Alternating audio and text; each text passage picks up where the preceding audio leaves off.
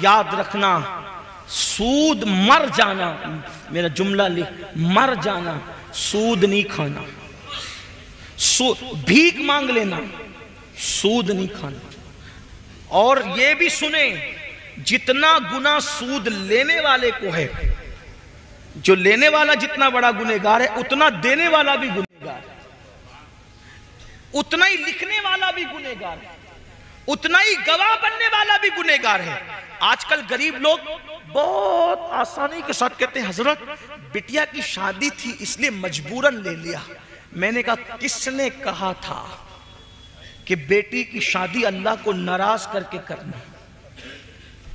अल्लाह के रसूल अलैहिस्सलातु व तस्लीम सुन ले, हमारे अकीदे में दुनिया में रसूलुल्लाह से बड़ा मालदार इंसान ना कोई था, ना है, ना हो सकता है।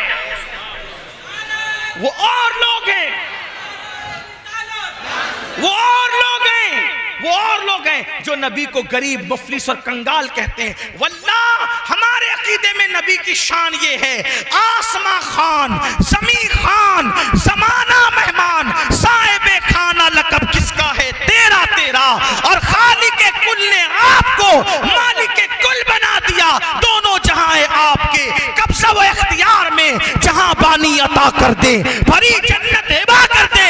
नबी मुख्तार कुल है, जिसको जो चाहे अता कर दे, जहां में उनकी चलती है वो दम में क्या से क्या कर दे, जमी को आसमां कर दे, सुरैया को सरा कर दे, हवा में उड़ने वाले यूं न इतराए निदा कर दे, वो जब चाहे जिसे चाहे उसे फरमा रवा कर दे। नारे तकबीर। जन्नत हो, जो मालिक जन्नत हो, उससे बड़ा मालदार कौन हो सकता है? सिद्दीक और फारूक जैसे जिनके गुलाम हो, उससे बड़ा मालदार कौन हो सकता है? जिब्रील जिसका खादिम हो, उससे बड़ा मालदार कौन हो सकता है? लाओ ना कोई ऐसा खादिम और लाओ कोई ऐसा मखदूम। जब खादिम की ये शान है कि वो सिदरतुल मुंतहा पे रहते हैं, बल्कि मेरे इमाम तो कहते हैं कि वो खादिम भी है और दरबान भी है। कहते तेरे दर का दरबां है जिब्रील आजम। मेरे इमाम कहते हैं हमारे नबी की शान देखो, तेरे दर का दरबां है जिब्रील आजम, तेरा मदह खाह रसूल वली है बेताब जिसके लिए अर्श आजम, वो उस राह रवे लामका की गली है। तमन्ना है फरमाए ये रोज़े महशर, ये तेरी रिहाई की चिट्ठी मिली है, और शफात करे हश्र में जो रजा की, सिवा तेरे किसको ये कुदरत मिली है। हुजूर से बड़ा कोई मालदार नहीं। क्यों? इसलिए कि इमाम कहते हैं मैं तो मालिक ही कहूंगा, मालिक ही कहूंगा। ये ही में जो लज्जत है आशिकों को मिलती है, मैं मालिक ही कहूंगा। क्यों? दलील के साथ कहूंगा कि हो मालिक के हबीब।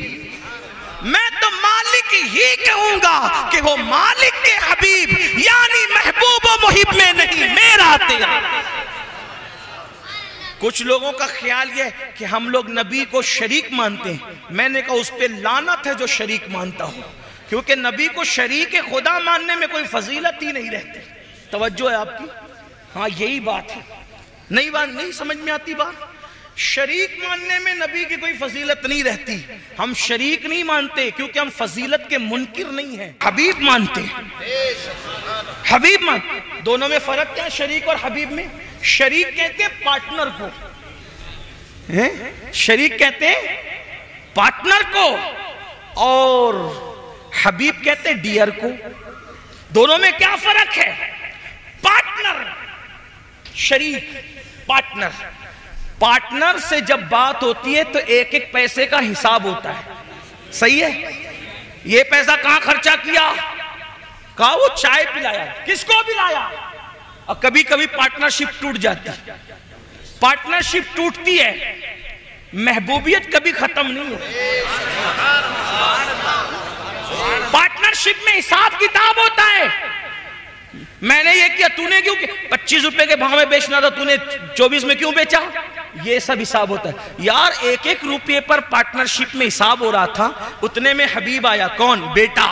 अब्बू जी आईफोन 14 आ गया है, ले लूं? कितने का है? 3 लाख का। हाँ जाओ ले लो। अरे भाई 1 रुपये पे उससे लड़ रहा था और इसको 3 लाख रुपए एक जुमले में दे दिया, तो वो कहेगा नादानो, वो शरीक था, ये हबीब है। तो जो है वो शरीक था, वो पार्टनर था, इसलिए झगड़ा हो रहा था। और ये हबीब है, क्यों? इसकी खुशी में मेरी खुशी है, इसका चेहरा मुस्कुराता है तो मेरा दिल खुश होता है। बिना तमसील, बिला तमसील, 1000 बार बिला तमसील, हम नबी को शरीक नहीं मानते, क्योंकि शरीक मानने में कोई फजीलत नहीं है।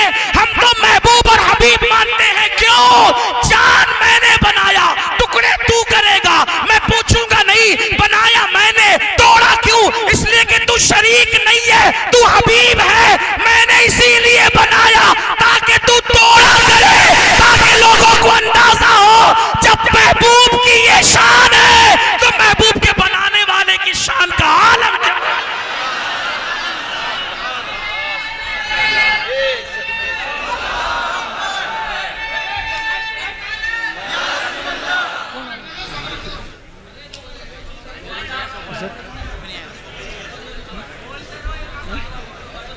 आगे नारा लगाऊं क्या? नारे तकबीर, नारे रिसालत, मसलके आला हजरत सैयद साहब क़िबला शाकिर रज़ा नूरी साहब क़िबला।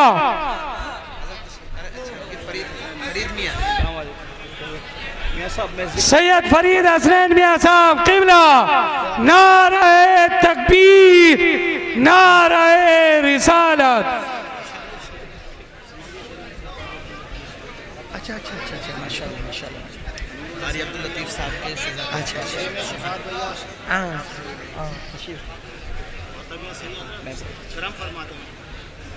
एक बार सब दुरूद पढ़ ले। अल्लाहुम्मा सल्ली अला सय्यदिना व शफीना व मौलाना सल्लल्लाहु अलैहि वसल्लम नहनु इबादु मुहम्मदिन सल्लल्लाहु अलैहि वसल्लम। तो याद रखें, हम शरीक नहीं मानते और वो शरीक नहीं है और शरीक हो भी नहीं सकते और शरीक होने में कोई फजीलत भी नहीं है। तो अगर अल्लाह अकबर हम हबीब मानते हैं, हबीब का क्या मतलब? हबीब महबूब, सूरज मैंने डुबाया, तू इशारा करके निकाल देना। मैं ये नहीं कहूंगा कि तूने क्यों निकाला, बल्कि ये कहा जाएगा महबूब आज डुबाया इसलिए था कि तुम इशारा करके निकालोगे ताकि लोगों को पता चलेगा। जब हबीब की ये शान है, बंदे का ये आलम है, तो इस बंदे को जिसने बनाया उस खुदा की शान का आलम क्या होगा?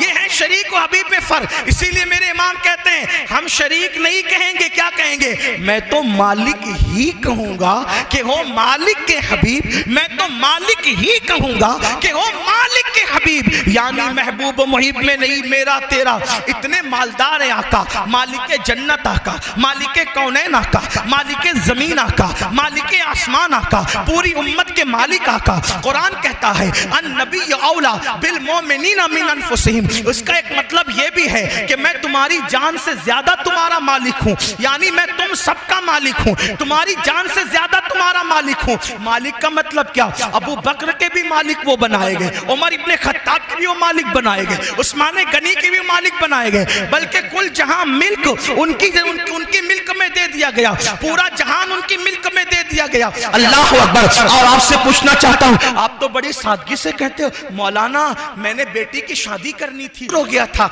इसलिए मैंने सूद से पैसा ले लिया। किसने कहा था आप अपनी बेटी को अल्लाह को नाराज करके शादी करें? आका, मेरे आका और आप सबके आका, इतने मालदार आका अगर अपनी बेटी की शादी इतनी सादगी से करते हैं कि एक चादर उड़ाते हैं। तवज्जो करें, मेरे आका ने जब अपनी शहजादी कौनैन मलका फिरदौस से बरी सैयदा फातिमतुज़ ज़हरा की जब शादी की मौला अली के साथ निकाह किया तो एक चादर उनके सर पे डाली। उस चादर के मुतालिक सीरत निगारों ने लिखा है कि जब मेरे आका ने अपनी शहजादी के सर पर जो चादर डाली थी शादी के दिन, उसमें कमोबेश 17 पेवन लगे हुए थे। 17 पेवन वाली चादर अपनी बेटी के सर पे डालकर, अपनी शहजादी के सर पे डाल के आका ने फरमाया, बेटी आज तेरे बाबा के पास इससे ज्यादा बज़ाहिर कुछ नहीं है, काश तुम्हारी अम्मी सैयदा खदीजा हयात होती तो वो तुम्हें बहुत कुछ देती। आपसे पूछता हूं, आका चाहते तो जन्नत के जोड़े आ जाते, सहाबा को इशारा करते तो जहेज का अंबार लग जाता, लेकिन अपनी शहजादी को 17 पेवन वाले दुपट्टे में विदा करने की क्या वजह थी? ताकि गरीबों को पता चल जाए अगर पैसे न हो तो सूद से न लेना, हराम की तरफ न जाना, बल्कि अपने नबी की सुन्नत पर अमल करते हुए सादगी से अपनी बेटी को। मैं अपनी बात मुकम्मल कर रहा हूं, आप हज़रात बैठ जाए, एक बार फिर दुरूद शरीफ पढ़ लें। अल्लाह रब्बु मुहम्मदिन सल्लल्लाहु अलैहि वसल्लम नहनु इबादु मुहम्मदिन सल्लल्लाहु अलैहि वसल्लम सलातुन व सलामुन अलैका या जद्दल हसन वल हुसैन। तो अर्ज इतना कर रहा था कि कितनी मजबूरी आ जाए, कभी सूद की तरफ मत जाना, कभी ब्याज की तरफ मत जाना।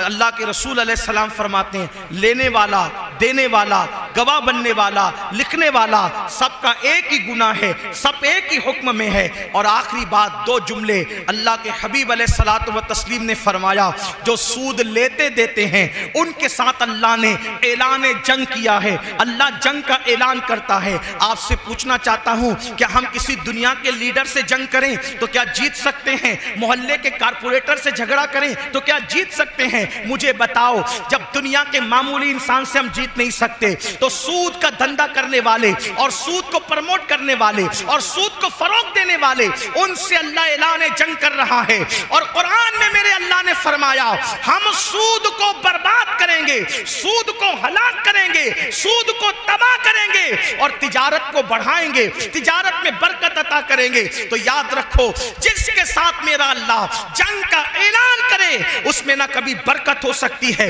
ना कभी तरक्की हो सकती है, ना कभी कामयाबी हो सकती है। इसलिए आज ही सूद से तौबा कर लो। जो बंदे आज तक इसमें मुब्तला रहे, सच्चे दिल से तौबा कर लो। इसलिए कि जब कोई बंदा तौबा करता है तो अल्लाह रब्बुल इज्जत तौबा करने वालों की तौबा को कबूल करता है। गुनाह से तौबा करने वाला ऐसा है जैसे उसने गुनाह किया ही नहीं। मैं अपनी गुफ्तगू को इन्हीं जुमलों के साथ, अगर मेरी गुफ्तगू के दरमियान कोई गलती हो गई तो अल्लाह ताला मुआफ़ फरमाए। अस्तगफिरुल्लाह रब्बी मिन कुल्ली ज़ंबिन व अतूबु